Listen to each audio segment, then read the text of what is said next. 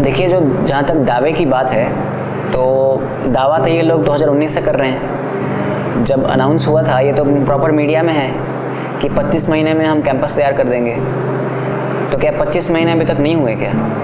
अभी इमीडिएटली जो हमारी चीज़ें हैं आप उनको ठीक करके दे दीजिए, हम क्लासेस रिज्यूम कर सकते हैं। और हमें वो बहुत ज़्यादा वो नेसेसिटी भी है, क्योंकि उसके बिना हमें कॉम्प्रोमाइज़ लगता है। कुछ बच्चे लोन के लिए गए थे एडमिशन लेने से पहले, उनको बैंक से ये बोला जाता है कि ये ऐसा इंस्टीट्यूट कहीं है ही नहीं। नमस्कार सभी को, आप देख रहे हैं न्यूज़ ब्रिज। लाल में मौजूद हूँ FTI जोते कैंपस में, जहाँ पर FTI 45 छात्र हड़ताल पे है। इसका कारण है यहाँ के खराब बुनियादी ढांचा और अधूरे वादे के कारण से। साथ ही मैं आपको बता देती हूँ कि 125 करोड़ रुपए इस परियोजना छात्रों की सुविधा के लिए बनाया गया था, लेकिन इसे पूरा होने में बहुत समय लग रहा है। भले ही इसमें 85 करोड़ रुपए खर्च हो चुके हैं, लेकिन काम अभी तक पूरा नहीं हुआ है। यहाँ के छात्र अपने मांगे रखते हुए इस हड़ताल पे बैठे हैं, जैसे कि उन्हें एक प्रॉपर क्लासरूम, हॉस्टल और साथ ही पानी बिजली की जो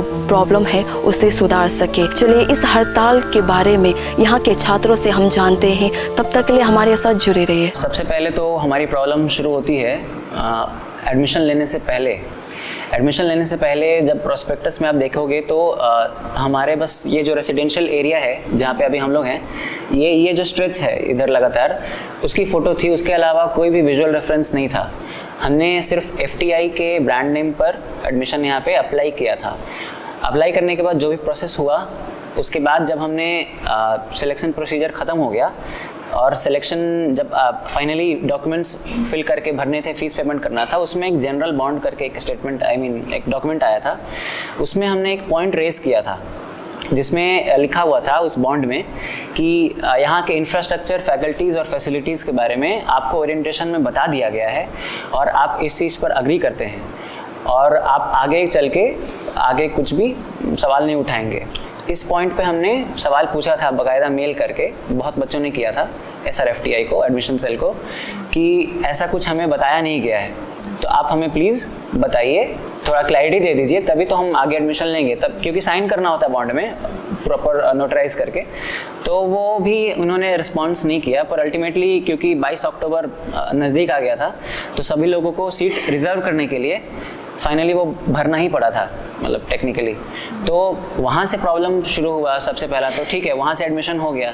फिर एडमिशन होने के बाद हम लोग लगभग 15-20 दिनों बाद हमें मेल आता है IFI जाने के लिए, और उसमें लिखा था कि आपको in campus classes will resume after IFI and it will be communicated later. So उस मैसेज को पढ़ के जितने भी लोग यहाँ पे बैठे हैं कुछ ना कुछ काम कर रहे थे। हमारे कुछ फ्रेंड्स हैं जो मुंबई में फिल्म इंडस्ट्री में काम कर रहे थे, कुछ लोग जॉब कर रहे थे, हाई पेइंग सैलरी पे थे। सब ने जॉब छोड़ दिया और जो भी प्रोडक्शन कर रहा था सब लोग सब ने छोड़ दिया, क्योंकि अल्टीमेटली बुलावा आ गया था उधर से।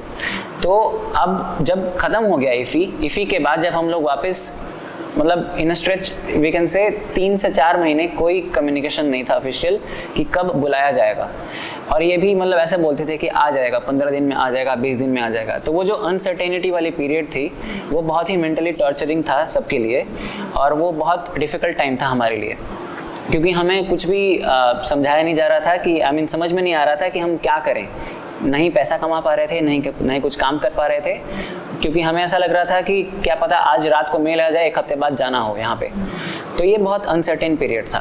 फिर अल्टीमेटली फरवरी 3rd वीक या 2nd, मतलब 17-18 के आसपास हमें मेल आता है कि यहाँ पर आना है। अब इस बीच में हम अनऑफिशियली, मतलब ऑफिशियल कम्युनिकेशन तो मैं नहीं कहूँगा, मतलब हम लोग गूगल मीट्स पर यहाँ के लोगों से बातचीत किया करते थे, जिसमें हमें अश्योर किया जाता था कि यहाँ पे जो फैसिलिटीज़ होंगी ऑफकोर्स इंफ्रास्ट्रक्चर वाइज थोड़ी कम हो सकती हैं, क्योंकि ये पहला बैच है और ये इस चीज़ के लिए हम लोग सब लोग प्रिपेयर्ड थे, मेंटली पता था। पर एटलीस्ट इतना तो होगा कि अगर आपने एडमिशन ले लिया है तो जो बुनियादी चीज़ें चाहिए होंगी उस सेमेस्टर को कैरी फॉरवर्ड करने के लिए, वो चीज़ें होंगी। इतना तो होना चाहिए था, तभी तो आपने एडमिशन लिया। पर यहाँ पर आने के बाद अल्टीमेटली जब मार्च 2nd वीक में जब हम लोग यहाँ पर आना शुरू हुए, 7, 8, 9 मार्च के आसपास, 10 तारीख को क्लासेस शुरू होनी थी। यहाँ आने के बाद जब हमने कैंपस टूर किया तो हमें पता लगा कि जो हमें प्रॉमिस्ड बिल्डिंग्स थी, फॉर एग्जांपल लाइब्रेरी ब्लॉक भी कम्प्लीटली रेडी नहीं था। उसमें से पहली बात तो प्रॉमिस्ड बिल्डिंग्स में से जो हैंडओवर हो चुका जाना चाहिए था, उसमें से एक जिम भी था। जिम हमारे सामने है, आपके सामने है, और अभी तक वो लोग बोलते हैं कि अभी वो प्रोसेस में है, ऑर्डर हो गया है, what ever it is, gym नहीं है अभी, यही है जिम आपके सामने है। और इसके अलावा जब हमने और टूर किया तो पता चला कि जितने भी हमारे एक्चुअल में एकेडमिक बिल्डिंग्स हैं, लाइक जो रेडी है पहले वो मैं बता देता हूँ। लाइब्रेरी में ग्राउंड फ्लोर रेडी नहीं था, अभी भी रेडी नहीं है। और फर्स्ट फ्लोर में जो लाइब्रेरी है उसमें जब आप घुसते हैं तो उसमें एक कर्टेन से पार्टीशन किया हुआ है। लेफ्ट हैंड साइड में आपकी लाइब्रेरी का सेक्शन है, इतना एरिया होगा लगभग, और उसमें 4-5 शेल्व्स थी। जब हम लोग आए थे तो मतलब 50 के आसपास भी किताबें होंगी नहीं होंगी एग्जैक्टली, उसकी फ़ोटो है हमारे पास। और कर्टेन के इस तरफ हमारा हॉल है जिसमें 45 कुर्सियाँ लगी हुई हैं, प्रोजेक्टर है और एक सिस्टम है, साउंड सिस्टम है। तो हमारी स्क्रीनिंग्स, क्लासेस, सारी चीज़ें यहाँ शुरू से होती आ रही हैं। और जो दूसरा बिल्डिंग जो रेडी था वो है क्लासरूम ब्लॉक। तो क्लासरूम ब्लॉक में हमारे सारे लैब्स, क्लासरूम्स हैं, सारे discipline wise, editing, cinematography, sound direction, इस तरीके के। उसमें हमें इक्विपमेंट्स रखे हुए हैं। तो फर्स्ट हाफ में हम लोग लाइब्रेरी के क्लासरूम में मेकशिफ्ट अरेंजमेंट में जो किया गया है उसमें हम लोग क्लासेस करते थे थियरी, और आफ्टर लंच हम लोग वहाँ जाते थे प्रैक्टिकल्स करने के लिए, जो कि इक्विपमेंट वाइज वो फुली इक्विप्ड था, हमें कोई इक्विपमेंट में कोई दिक्कत नहीं थी। ये 2 चीज़ें एकेडमिकली रेडी हैं। जो रेडी नहीं है वो मैं आपको बता देता हूँ। हमारा सबसे पहला तो जो कि क्लासेस लाइब्रेरी में हो रही हैं वो हमारी क्लासेस क्लासरूम थिएटर करके एक बिल्डिंग है जिसमें काइंड ऑफ एक थिएटर स्पेस होता है जिसमें हम एक्चुअल में क्लासेस होनी होती हैं। वो हमारा रेडी नहीं है, अभी तक रेडी नहीं है, वो अभी अंडर कंस्ट्रक्शन है। उसी के अंदर एक परफॉर्मिंग स्टूडियो है जो कि एक्टर्स और जो एक्टिंग बैच है, एक्टिंग वर्कशॉप अगर होनी है, जो कि अभी तक नहीं हो पाई है उसकी कंस्ट्रेंट की वजह से। और वो हमारा एक्टर्स के लिए एक वर्किंग स्पेस होता है क्योंकि वो बड़ा स्पेस चाहिए होता है। वो दोनों चीज़ें एक ब्लॉक में है, सीआरटी ब्लॉक। उसके बगल में साउंड ब्लॉक रेडी नहीं है, सामने डिजिटल ब्लॉक रेडी नहीं है। हमारा जो डेली स्क्रीनिंग्स जो हम लोग शाम को करते हैं प्रोजेक्टर पर, वो प्रीव्यू थिएटर में होता है या फिर सीआरटी में भी कर सकते हैं। प्रीव्यू थिएटर भी रेडी नहीं है जिसको हम ऑडी बोलते हैं। और उसके बगल में है हमारा शूटिंग फ्लोर डेमोन्स्ट्रेशंस हो गए, सेट बनाकर कुछ प्रिपेयर करना होगा। वो हम मानते हैं कि हो सकता है कि अगर आप पूछेंगे इन लोगों से तो आप यही बोलेंगे कि वो इस सेमेस्टर में ज़रूरी नहीं है, नेक्स्ट सेमेस्टर में तो है आगे चल के, पर जब स्पेस रहेगा तभी तो उसका इस्तेमाल कर सकते हैं। कुछ वर्कशॉप होनी, अभी हमारी साउंड की वर्कशॉप हुई, उसके लिए हमारा इंफ्रास्ट्रक्चर रेडी नहीं था, जो भी चीज़ें चाहिए थी वो चीज़ें तैयार नहीं थी। बॉलीवुड से आए थे वो लोग, स्नेहा खानवालकर मैम आई थी, तो उनका भी काफ़ी कंप्लेंट था। तो बेसिकली इंफ्रास्ट्रक्चरली ये सारे इश्यूज़ हैं। उसके अलावा हमें मेनली पावर कट का जो हमें सबसे बहुत ज़्यादा कंसर्निंग था कि पावर कट बहुत रिगरसली होता था। जो लास्ट वीकेंड था, 3 दिन का वीकेंड, उसमें 12 से 14 घंटे की पावर कट हुई थी और उसके वजह से हमें एकेडमिकली बहुत ज़्यादा नुकसान झेलना पड़ रहा था। कुछ लोग बैटरी चार्ज नहीं कर पा रहे हैं, कुछ लोग जो भी पेंडिंग काम है वो नहीं कर पा रहे हैं, रात को एडिटिंग नहीं कर पा रहे हैं, अगले दिन सबमिशन है, फिर अगले दिन क्लास में जाते हैं तो फुल पोटेंशियल में वो अपना क्लासेस को अटेंड नहीं कर पाते हैं क्योंकि उनको नींद आती है, रात को सो नहीं पाए ढंग से बिजली के ना होने की वजह से। अब बिजली मतलब ये सारी प्रॉब्लम्स इंटरलिंक्ड हैं, तो एकेडमिक नुकसान हो रहा था। प्लस में एक बार क्या हुआ था, इंस्टेंस है मैं बताता हूँ कि एक क्लास ले रहे थे हमारे सर, मूवी के रेफरेंस दे देकर उनको क्लासेस कंडक्ट करानी थी। वो पूरे क्लास में ही बिजली नहीं थी जिसके लिए क्लास था, वो मतलब मूवी रेफरेंस दे के डिस्कशन होना था। डिस्कशन हुआ था बिना विजुअल रेफरेंस के हुआ था, तो again it was a compromise. तो इन सारे फैक्टर्स को अक्यूमुलेट करते हुए सारे ये डिसीजन हम लोग लिया है हम लोगों ने। इसके पहले हम लोगों ने हॉल्ट किया था मार्च में, और उसमें कुछ प्रोमिसेस की गई थी। अगेन प्रोमिसेस हम लोग बहुत पहले से सुनते आ रहे हैं, कभी भी वो पूरी नहीं होती हैं, तो इसलिए अभी तक वो पूरी नहीं हुई थी। तो हमने सोचा कि एक बार एक फर्म डिसीजन लेना पड़ेगा। तो सारे प्रॉब्लम्स को एक्यूमुलेट होने के बाद हम लोगों ने ये डिसीजन लिया कि हम लोग एक फिर से इंडेफिनिट एकेडमिक हॉल्ट करते हैं। हम लोग FTI अरुणाचल प्रदेश के नाम से हमारे प्रोस्पेक्टस और हर जगह यही मेंशन्ड है, पर एक्चुअली ये कहीं पे ऑफिशियली अभी तक रजिस्टर्ड नहीं है क्योंकि कुछ बच्चे लोन के लिए गए थे एडमिशन लेने से पहले, उनको बैंक से ये बोला जाता है कि ये ऐसा इंस्टीट्यूट कहीं है ही नहीं। मतलब because it is not officially registered in the records में भी। अब उसके वजह से क्या हो रहा है कि अभी हम लोग वेबसाइट भी SRFTI का यूज़ कर रहे हैं। SRFTI जो कोलकाता है, जो हमारी मदर इंस्टीट्यूट है, उनकी वेबसाइट पे हमारा एक पेज बना हुआ है और उसी पे हमारी सारी चीज़ें हो रही हैं। वो भी जब हमने एडमिशन लिया था वो भी कम्प्लीटली रेडी नहीं था, रिसेंटली अभी उन्होंने अपडेट किया है, पर वो भी बहुत ही मिसगाइडिंग है। अगर आप उस पेज पर जाते हो और लाइब्रेरी पर क्लिक करते हो तो वो SRFTI की लाइब्रेरी दिखती है, हमारी नहीं दिखती है। तो ऐसे बहुत लोग मिसगाइड भी हो रहे हैं। तो बेसिकली हम लाइब्रेरी वेबसाइट भी उनका यूज़ कर रहे हैं, क्योंकि हमारा ऑफिशियल नाम अभी नहीं है, नहीं नाम है फाइनलाइज्ड, लोगो भी नहीं है, वेबसाइट भी नहीं है। All these factors are leading to unavailability of student ID cards. तो ये सारे इंटरलिंक्ड हैं। हमने बहुत पहले कंप्लेंट डाला हुआ है और हमारे पास ऑफिशियल कम्युनिकेशन भी है कि SRFTI ने मिनिस्ट्री को रिक्वेस्ट डाला हुआ है। अब वो मिनिस्ट्री के पास है वो फाइल, अब हमें नहीं पता कि वो कब फाइल फाइनलाइज होगा, और वो जब फाइनलाइज होगा तो होपफुली आ जाना चाहिए, पर अभी नहीं है हमारे पास, जो कि होना चाहिए था। हम एडमिशन 22 अक्टूबर 2024 में लिया था, 22 अक्टूबर को। तब से अगर आप देखें तो करीब काफ़ी दिन हो गया, और यहाँ आने के बाद लगभग 3 महीना होने वाला है, तब अब तक नहीं है हमारे पास ID कार्ड्स। बिजली यूजुअली अगर मैं वीकडेज की बात करूँ, जब क्लासेस होती हैं तो बहुत रेयरली जाता है। मतलब अभी पास्ट 1 वीक 2 वीक से अगर मैं बोलूँ, उसके पहले की बता रहा हूँ, तो बिजली का प्रॉब्लम कुछ हद तक ठीक हो गया था, पर अगेन वो सिर्फ क्लास जब चल रही थी तब हो रहा था। पर हमारे पास 2 दिन टाइम मिलता है वीकेंड का, जो हम पेंडिंग काम कर सकते हैं, खुद पे काम कर सकते हैं। तो वो वीकेंड में क्या होता है यूजुअली कि यहाँ पे शायद शेड्यूल्ड मेंटेनेंस होती है बिजली की, तो सैटरडे को सुबह से जाकर शाम तक बिजली नहीं रहती। अब उसमें हमें बहुत नुकसान होता है बिजली ना होने की वजह से। अब अगेन मतलब वीकडेज में ज़्यादा प्रॉब्लम नहीं होता, वीकेंड्स में ज़्यादा प्रॉब्लम होता है, और ख़ास करके रात में तो पिछले हॉल्ट के बाद से बिजली आ रही है, 15 तारीख के बाद से। पर उसके पहले हमें सोने में भी दिक्कत हो रहा था, क्योंकि रात में चली जा रही थी बिजली due to whatsoever reasons, diesel नहीं है या फिर इलेक्ट्रिशियन जो है वो चला गया, वो जो भी रीजंस हैं, हमें तो बिजली से मतलब है, क्योंकि हमारा काम हैम्पर हो रहा है। तो ये है। अब अगेन बिजली का क्या है कि बिजली is directly link to wifi.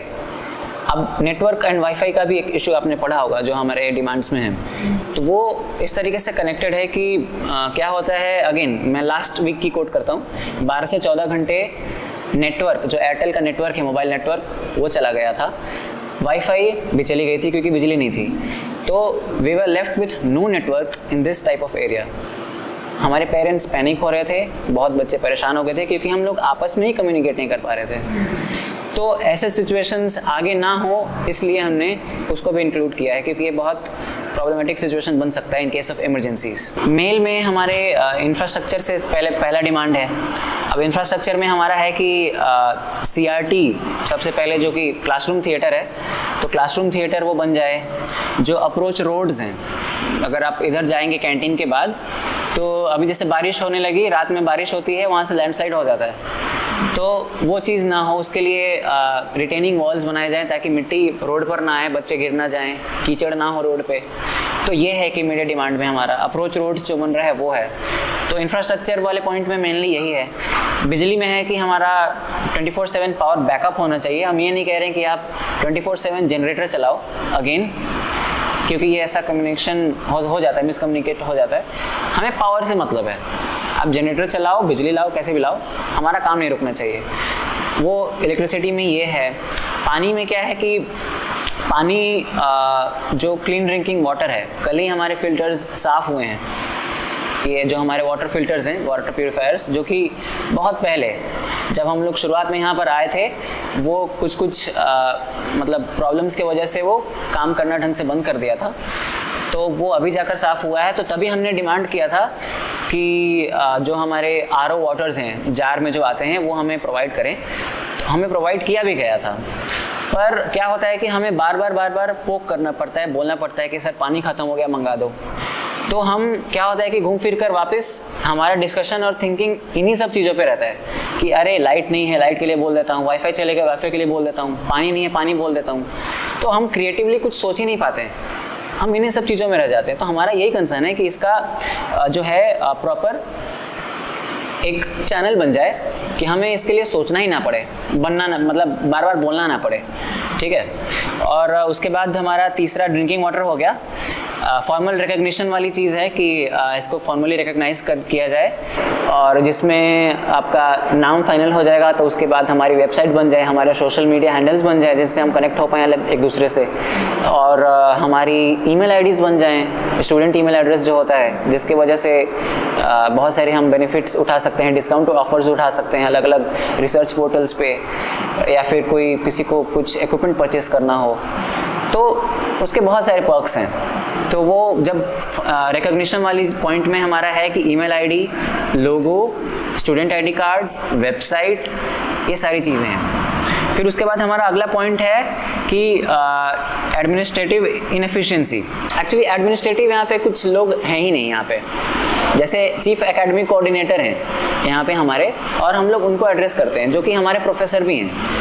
तो वो हमारे फैकल्टीज एक्चुअली हम लोग उनके लिए भी कंसर्न हैं कि वो लोग बहुत ज़्यादा ओवरलोडेड हो जाते हैं, तो उनको एडमिनिस्ट्रेशन का भी भार संभालना पड़ जाता है और पढ़ाना भी पड़ता है।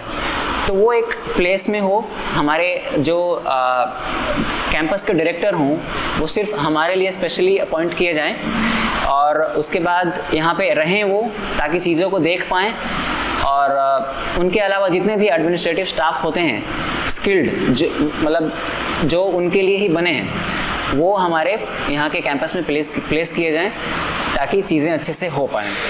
उसके बाद नेटवर्क एंड इंटरनेट कनेक्टिविटी में क्या है कि अभी जस्ट मैंने आपको बताया, पावर कट होता है तो यूजुअली चला जाता है नेटवर्क, तो एटलीस्ट वाईफाई तो ठीक है आता जाता रहता है, पर एटलीस्ट जो नेटवर्क है फ़ोन का नेटवर्क, ताकि हम कम्युनिकेट कर पाए, कॉल्स कर पाए इमरजेंसी में, वो हमारी कंटिन्यूसली रहे। और अभी 4G है यहाँ पे, एयरटेल 4G, तो हमने ये भी डिमांड डाला हुआ है कि इसको 5G में किया जाए। और अगेन वाईफाई पे है, नेटवर्क एंड वाईफाई वाले पॉइंट में, कि वाईफाई थ्रू आउट रहे, कोशिश किया जाए कि थ्रू आउट रहे। ऑफकोर्स कुछ ना फॉल्ट्स कभी हो जाता है तो उसको रिजॉल्व किया जा सकता है, पर इंश्योर करें कि ये चीज़ें सिस्टम में प्लेस हों। गर्ल्स हॉस्टल में भी वाईफाई नहीं है।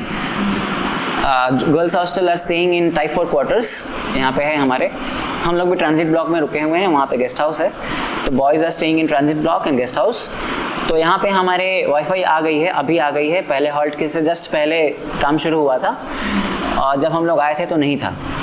अभी तक गर्ल्स हॉस्टल में वाईफाई नहीं लगा है, अभी कुछ तो अरेंजमेंट कर रहे हैं, जो मतलब टेम्परेरी अरेंजमेंट कर रहे हैं, पर आई थिंक लगा नहीं है ना, अभी तक नहीं हुआ है आज तक, एज ऑफ नाउ, तो वो भी नहीं है। तो वो भी हमारा एक डिमांड है, क्योंकि आपने डिमांड पूछा था। और एक इम्पॉर्टेंट है पोस्टल और कुरियर सर्विसेज। अभी ये तो बेसिक ह्यूमन का नीड है, घर से कुछ सामान मंगाना हो या कुछ भी किताब ऑर्डर करनी हो, क्योंकि किताब से हम अगर बेसिक नीड हो सकता है, किसी को दवाइयाँ मंगानी हो, एनीथिंग। यहाँ पे और क्या जरिए है, पोस्ट के थ्रू आता है। यहाँ पे आपने देखा होगा आसपास कुछ भी पोस्टल सर्विसेज नहीं है, लोकली बेस्ड, आसपास के विसिनिटी में भी नहीं है। तो अभी तक हम लोग 2-3 हफ्ते पहले तक क्या होता था कि FTI का एक टेम्परेरी कैंपस था ईटानगर में, और हम लोग वो क्या करते थे कि वहाँ का एड्रेस दे देते थे, और हमारी जो भी कुरियर आता था वहाँ आता था, फिर वहाँ से लेकर हम लोग यहाँ लाते थे, खुद जाते थे वीकेंड्स पे, या फिर कुछ अगर कोई वहाँ जाता है तो ले आता था। तो ये चैनल था, एटलीस्ट चीज़ें आ रही थी। अभी क्या हुआ कि वो टेम्परेरी कैंपस बंद हो गया है, we don't have any address. यहाँ का एड्रेस है पर वो लोग यहाँ डिलीवर नहीं करते, तो बहुत ये प्रॉब्लमेटिक है। तो रिसीव तो हम फिर भी कर लेते थे, पर हम भेजना चाहें कुछ भी तो सैटरडे संडे ही मिलता है टाइम हमारे पास। सैटरडे संडे आपको भी पता है कि कुछ आवर के लिए ही फर्स्ट और थर्ड सैटरडे को खुला रहता है, सेकेंड और fourth is again a holiday. ये भी प्रॉब्लमेटिक है कि अगर हम कुछ भेजना चाहें यहाँ से तो वो कैसे भेजें।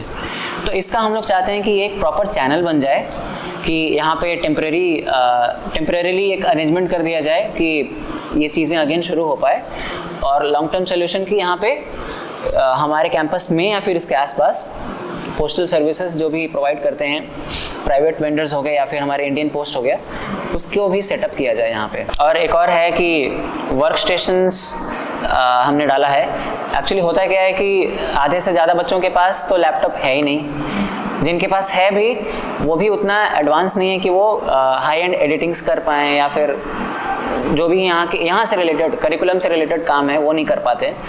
तो हमारा ये डिमांड है कि हमारे जो लिविंग एरिया है as of now transit, type 4 और ये गेस्ट हाउस, इसके आसपास एक वर्क सेशन कुछ सिस्टम्स सेटअप किया जाए जिसमें किसी इंसान को कभी भी कुछ पढ़ना हो, काम करना हो, एडिट करना हो, कोर्स से रिलेटेड कुछ रिसर्च वर्क करना हो, कुछ भी करना हो, उसके पास वो एक्सेस रहे। तो हमने इसमें ये डाला है कि या तो आप अभी सेटअप कर दो या फिर जब बाद में कभी सेटअप होगा तो वो हो जाएगा, पर अभी के लिए जो भी हमारे क्लासरूम ब्लॉक में सिस्टम अवेलेबल है एडिटिंग रूम और डायरेक्शन रूम में, वो हमें एक्सेस दे सकते हैं ताकि अभी से ही वो चीज़ें शुरू हो जाए। तो ये हमने इसमें 2 चीज़ें डाली हैं ताकि काम रुके नहीं, चलता रहे। 9th है हमारा सिक्योरिटी वाला, कि जो भी आपने सिक्योरिटी के प्रॉमिस किया था, हमारा मेन गेट नहीं है तो मेन गेट भी है उसमें डिमांड में।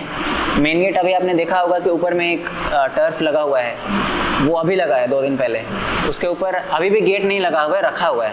तो जब हमने हॉल शुरू किया उसके बाद गेट आया, अभी भी लगा नहीं है। तो basically it's an open campus, trace passing हो सकती है, कभी भी कुछ भी हो सकता है और इसको रोका भी नहीं जा सकता अगर आप चाहोगे तो, क्योंकि गेट नहीं है, बाउंड्री वॉल नहीं है। तो ये हमारे सिक्योरिटी कंसर्न्स में से हैं। ऑफ कोर्स सिक्योरिटी पर्सनल्स तो हैं ही, पर हम बहुत ज़्यादा एम्फोसाइज ये नहीं कर रहे हैं कि आप वही लाओ, हमें सिक्योरिटी से मतलब है, आप कोई भी ले आइए। पर क्योंकि आपने CISF बोला था, हमने CISF का कोट किया है उसमें। और फाइनल हमारा है कि मेडिकल फैसिलिटीज़ में क्या है कि रिसेंटली शुरुआत में तो कुछ भी नहीं था यहाँ पे। नर्स यहाँ पर एक हायर हुई थी जो कि हमें पता लगा कि 24/7 शायद नहीं रहती यहाँ पे कभी, क्योंकि बहुत बार ऐसे इंस्टेंसेस हुए हैं कि लोगों को ज़रूरत पड़ती है तो अनअवेलेबिलिटी रहती है। शुरुआत में ज़्यादा रहती थी, अभी कम हो गई है। तो हमारा ये डिमांड है कि 24/7 यहाँ पे एटलीस्ट एक नर्स रहें ताकि कुछ भी अनफोर्सीन सर्कमस्टेंसेस में फर्स्ट एड होके फिर हम चले जाएं। ऑफ कोर्स ट्रीटमेंट तो यहाँ नहीं कर सकते, मल्टी स्पेशलिटी हॉस्पिटल हम डिमांड नहीं कर रहे हैं, तो हम यहाँ पे फर्स्ट एड चाहिए या फिर जो भी छोटी मोटी चीज़ें हैं उसके लिए एक नर्स हो, एक हमारा एक स्टोर हो जिसमें तमाम दवाइयाँ हों, मेडिसिन हों सारी, जो कि यहाँ पे ज़रूरत पड़ सकता है डेली यूज़ के लिए। डॉक्टर्स आ रहे हैं, अभी रिसेंटली शुरू हुआ है, आई थिंक 2 हफ्ते से आ रहे हैं डॉक्टर, वेंसडे और फ्राइडे वेंसडे और फ्राइडे को आ रहे हैं 2-2 घंटे के लिए, 3-3 घंटे के लिए, 2 घंटे के लिए आ रहे हैं, हमने 3 घंटे के लिए बोला हुआ था।